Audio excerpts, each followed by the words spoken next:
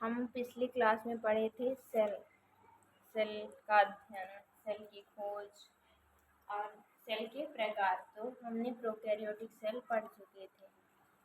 क्या पढ़ चुके थे? प्रोकैरियोटिक और यूकैरियोटिक सेल में प्रो पढ़ लिए थे और यूकैरियोटिक सेल उनको पढ़ना। सेल के कितने टाइप होते हैं? 2 टाइप होते हैं सेल के।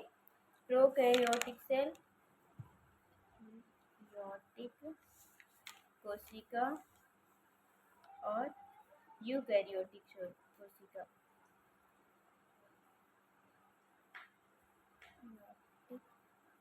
कोशिका और यूकैरियोटिक को हमने 2 भागों में विभाजित किया था, एक प्लांट सेल और एक एनिमल सेल।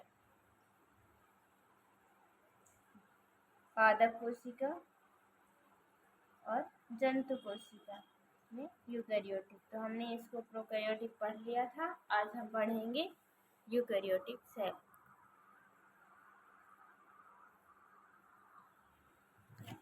यूकैरियोटिक सेल, ठीक है। क्या पढ़ेंगे?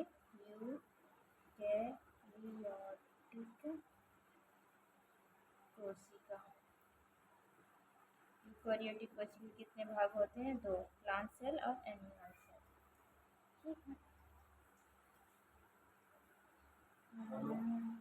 यूकैरियोटिक सेल में दोनों सेल का स्ट्रक्चर बना लेते हैं।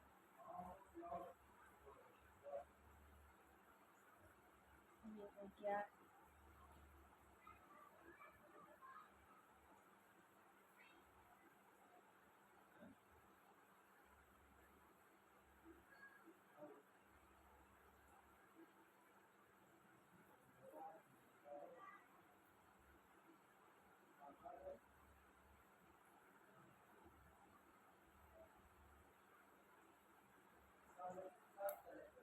प्लांट सेल है, ये हो गया एनिमल सेल। यूकैरियोटिक के दोनों टाइप दिए, प्लांट और एनिमल।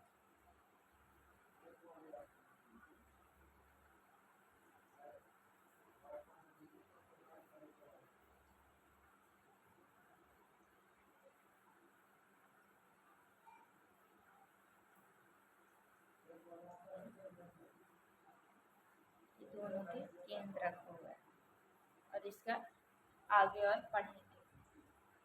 ये हो गया क्लोरोप्लास्ट, ये हो गया माइटोकॉन्ड्रिया, इसमें भी माइटोकॉन्ड्रिया, इसमें क्लोरोप्लास्ट पाया जाता है,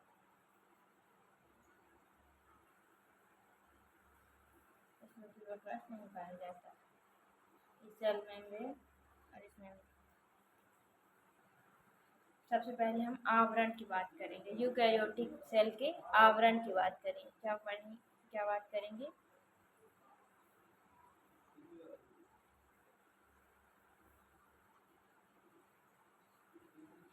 ये 2 कोशिका कितने प्रकार की होती है? 2 प्रकार की, प्रोकैरियोटिक, यूकैरियोटिक। और यूकैरियोटिक के 2 भाग होते हैं, प्लांट सेल, एनिमल सेल। अब इसके यूकैरियोटिक कोशिका के आवरण की बात करेंगे। ये जो आवरण है दोनों सेल में, दोनों सेल के आवरण की बात करेंगे। आवरण कितने प्रकार के? ये जो सेल की बाहरी आवरण है उनके बारे में बात करेंगे। आवरण, लेयर। लेयर, कोशिका में 2 प्रकार की लेयर होती, अलग अलग, एक सेल वॉल और सेल मेम्ब्रेन। सेल मेम्ब्रेन, ठीक है। सेल वॉल को कोशिका भित्ति कहते हैं। भित्ति जो प्लांट सेल में पाई जाती है, और सेल मेम्ब्रेन जो एनिमल सेल में पाई जाती है, इसको क्या बोलेंगे? कोशिका झिल्ली। कोशिका झिल्ली, ठीक है। कोशिका झिल्ली। अब ये कोशिका भित्ति बताएं किसमें पाई जाती है? प्लांट सेल में। किसमें? प्लांट सेल में, पादप कोशिका में। और कोशिका झिल्ली एनिमल सेल में। ठीक है। प्लांट सेल में कोशिका भित्ति पाई जाती है। कोशिका भित्ति किसकी बनी होती है? सेल्यूलोज की बनी होती है। किसकी बनी होती है? प्लांट सेल में सेल्यूलोज की बनी होती है। सेल्यूलोज सेलुलोज कोशिका भित्ति बनी होती है। और ये कोशिका भित्ति कवक भी में पाई जाती है। तो कवक में काहे की कोशिका भित्ति पाई जाती है? काइटिन की। काहे की? काइटिन की।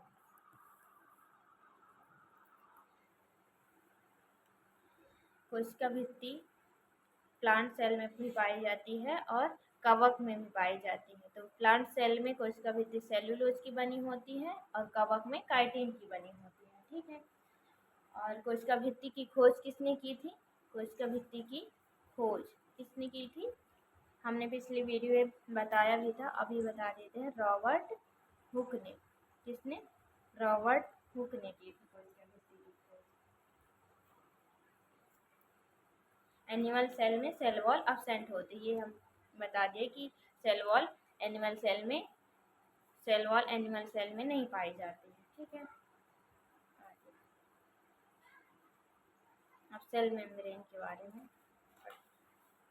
सेल मेम्ब्रेन किसकी बनी होती है? सेल मेम्ब्रेन कोशिका झिल्ली।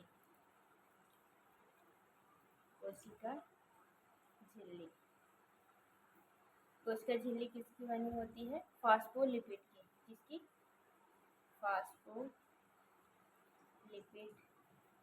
की बनी होती है। किसकी बनी होती है? फास्फोलिपिड की कोशिका झिल्ली बनी होती है। अब फास्फोलिपिड की खोज किसने की थी? खोज की थी क्रेमर नेगली ने। किसने? क्रेमर नेगली ने कोशिका झिल्ली की खोज की। ये कोशिका झिल्ली कैसी होती है? अर्धपारिगम्य। कैसी होती है? अर्धपारिगम्य। अर्धपारिगम्य का मतलब ये जिसको चाहे उसी को आर पार कर सकती है। मतलब कोशिका के अंदर भेज सकती है। अर्धपारिगम्य क्या बोलते हैं? सेमी परमीएबल बोलते हैं। कोशिका झिल्ली कैसी होती है? अर्धपारिगम्य होती है। और ये कोशिका झिल्ली दो परतों की बनी है। दोहरी झिल्ली की होती है। कैसी होती है? दोहरी झिल्ली। Double layer. कैसी होती है? दोहरी झिल्ली। Double layer.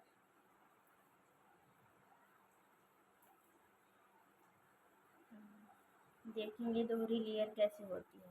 ये कोशिका झिल्ली की दोहरी लेयर।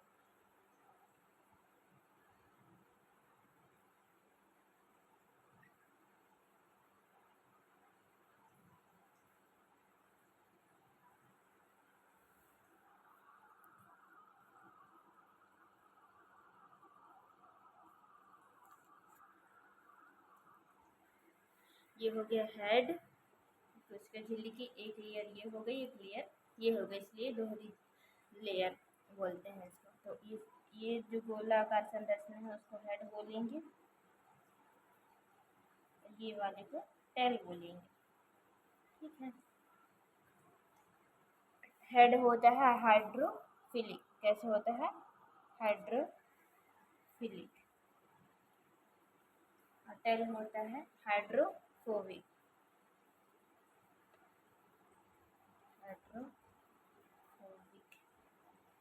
ठीक है। हाइड्रोफोबिक का मतलब ये जल में नहीं घुलती, पानी में नहीं घुलती। ठीक है। और ये हेड काहे का बना होता है? प्रोटीन का बना होता है। काहे का? प्रोटीन से निर्मित होता है। काहे से? प्रोटीन से निर्मित। और टेल किससे निर्मित होता है? वसा से निर्मित होता है। किससे? वसा से निर्मित होता है।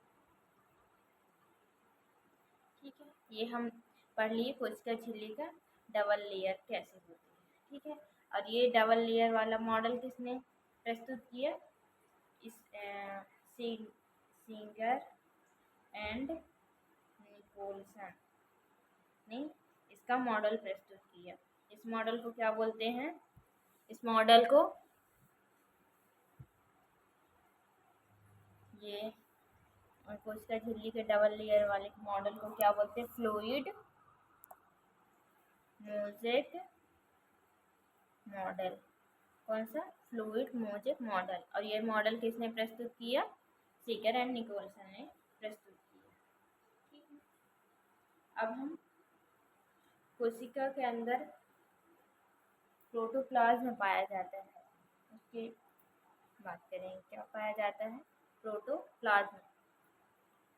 प्रोटोप्लाज्म यानी जीव द्रव्य। जीव द्रव्य क्या पाया जाता है? जीव द्रव्य।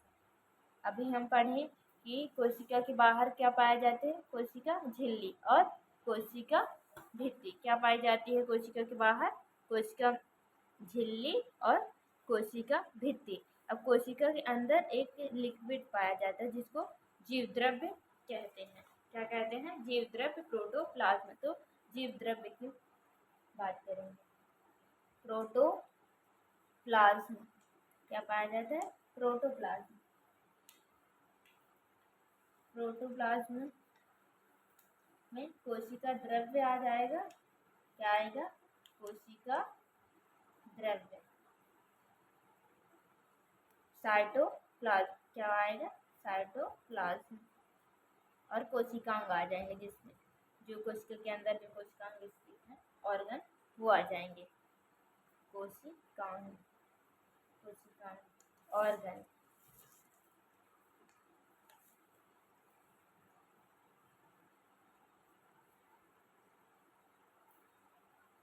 सभी कोशिकांग जो जितने भी हैं सभी कोशिकांग आ जाएंगे प्रोटोप्लाज्म में।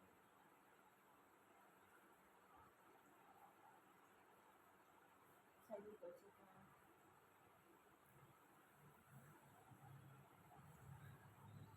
और जो कोशिका द्रव्य में जो गति होती है उस गति को क्या कहते हैं? साइक्लोसिस। क्या कहते हैं? साइक्लोसिस गति। इस गति को क्या बोलते हैं? साइक्लोसिस गति कहते हैं। जो कोशिका द्रव्य के अंदर जो गति होती है उसको साइक्लोसिस। अब हम देखेंगे कोशिकांग। क्या देखेंगे? कोशिकांग। कोशिका झिल्ली देख लिए, दूसरा कोशिका द्रव्य देख लिए। अब देखेंगे कोशिकांग। क्या देखेंगे? कोशिकांग। कोशिकांग में पहला केंद्रक। क्या देखेंगे? केंद्रक। केंद्रक ये जैसे ये केंद्रक हो गया, केंद्रक प्रेजेंट है। इसमें भी केंद्रक, प्लांट सेल में ये छोटा केंद्रक और इसमें ये केंद्रक एनिमल सेल का केंद्रक हो गया। तो हम केंद्रक देखेंगे।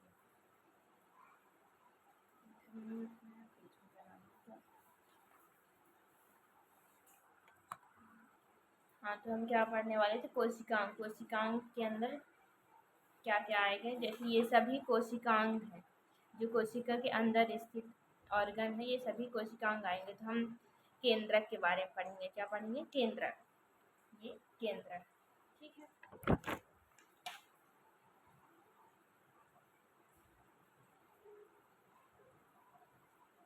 केंद्रक बना लेते हैं।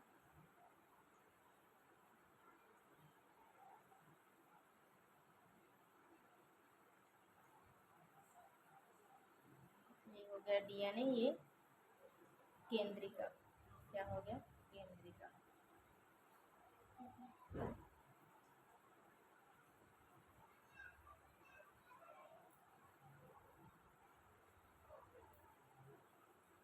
केंद्रक को क्या बोलते हैं? कैरियन। क्या बोलते हैं? कैरियन।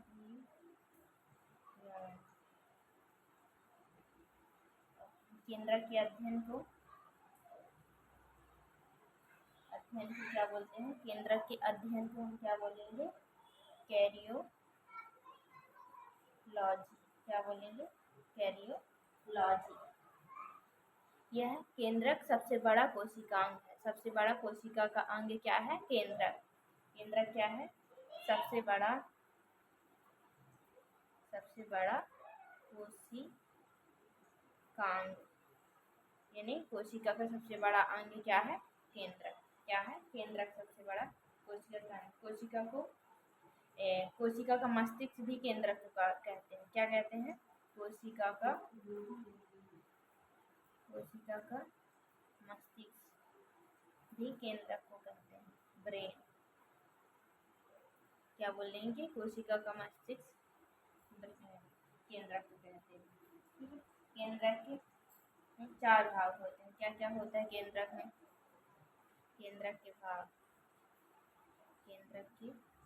भाग 4। पहला हो गया केंद्रक झिल्ली। क्या हो गया? केंद्रक झिल्ली। क्या हो गया? केंद्रक झिल्ली। केंद्रक झिल्ली हो गई। केंद्रिका हो गई। केंद्रिका, ये हो गई केंद्रक, केंद्रिका। और तीसरा हो गया क्रोमैटिन। क्रोमैटिन धागे। चौथा हो गया केंद्रिका द्रव। क्या हो गया? केंद्रक द्रव। ये 4 हो गए। क्या क्या इसमें प्रेजेंट होता है वो बता दिए। तो ये हो गया क्रोमैटिन धागे। क्रोमैटिन धागे। क्या हो गया? इसको क्रोमैटिन धागे कहेंगे। ठीक है, और ये सबसे अंदर जो बीच में है उसको क्या बोलेंगे? केंद्रिका। केंद्रिका। इसमें केंद्रिका में क्या होता है? राइबोसोम का निर्माण होता है। क्या होता है? राइबोसोम का निर्माण होता है। केंद्रिका में क्या होता है? राइबोसोम का निर्माण होता है। इसे राइबोसोम की फैक्ट्री कहते हैं। क्या कहते हैं? राइबोसोम की फैक्ट्री कहते हैं केंद्रिका को। ठीक है, और ये केंद्रिका के जो बाहर लिक्विड भरा है उसको क्या कहते हैं? ये लिक्विड को क्या बोलेंगे? कोशिका द्रव। केंद्रिका द्रव। क्या बोलेंगे? केंद्रिका द्रव। क्या बोलेंगे? केंद्रिका द्रव्य कहते हैं। तो ये बाहर वाली झिल्ली हो गई। क्या हो गई? केंद्रिका झिल्ली हो गई। ठीक है, अब हम केंद्रक पढ़ लिए। केंद्रक पढ़ लिए ना। केंद्रक में क्या क्या होता है? कोशिका झिल्ली होती है, केंद्रिका होती है, क्रोमैटिन होते हैं और कोशिका द्रव होता है। जो कोशिका के अंदर द्रव्य भरा हो केंद्रिका द्रव्य कहलाएगा। सॉरी, कोशिका बोल जाती, केंद्रिका द्रव्य होगा जो लिक्विड होगा। ठीक है, और इसमें डीएनए पाया जाता है, क्रोमैटिन धागे। इसके आगे क्या पढ़ेंगे? अब यही क्रोमोसोम पढ़ेंगे। जो कोशिका के अंदर क्रोमोसोम पाए जाते हैं तो क्रोमोसोम पढ़ेंगे। गुणसूत्र क्या पढ़ेंगे? गुणसूत्र। क्रोमोसोम गुणसूत्र।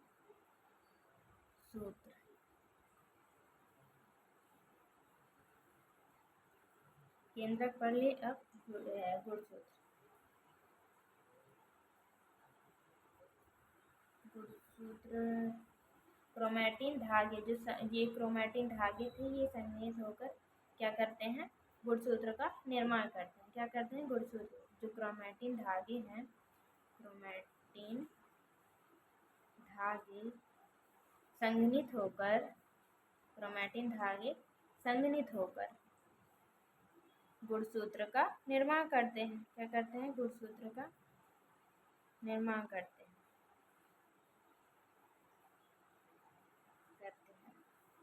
ठीक है, ये क्रोमैटिन धागे हो गए। ये हमने जाल जैसी संरचना केंद्रिकाएं बनाई थी, वैसे ही क्रोमैटिन धागे गुणसूत्र का निर्माण करते हैं। धागे गुणसूत्र का निर्माण करते हैं।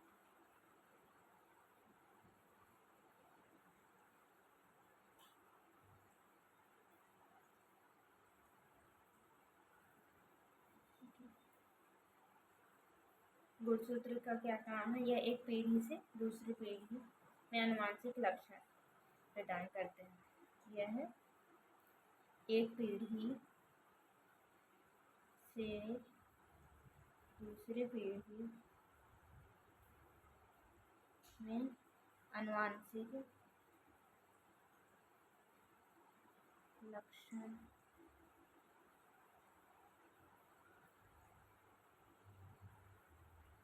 लक्षण प्रदान करते हैं। गुणसूत्र में दो प्रकार के गुणसूत्र होते हैं। गुणसूत्र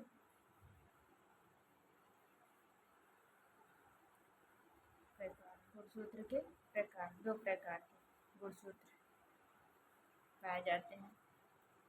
ऑटोसोम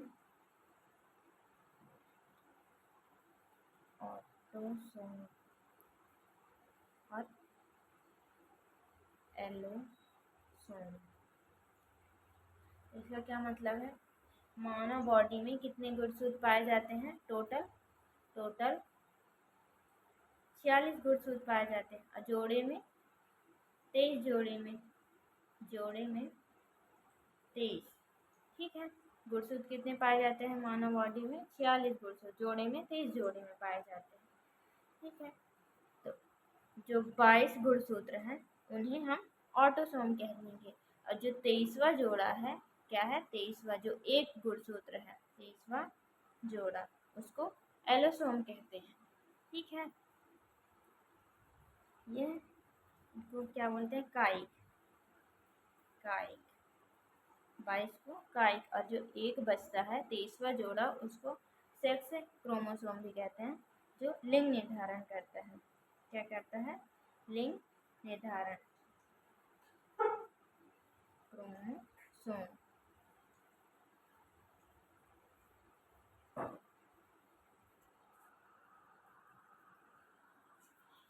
गुणसूत्र के प्रकार दो, ऑटोसोम और एलोसोम। अब इसके आगे नेक्स्ट वीडियो में हम पढ़ेंगे। Thank you for watching. Channel को सब्सक्राइब करें, शेयर करें।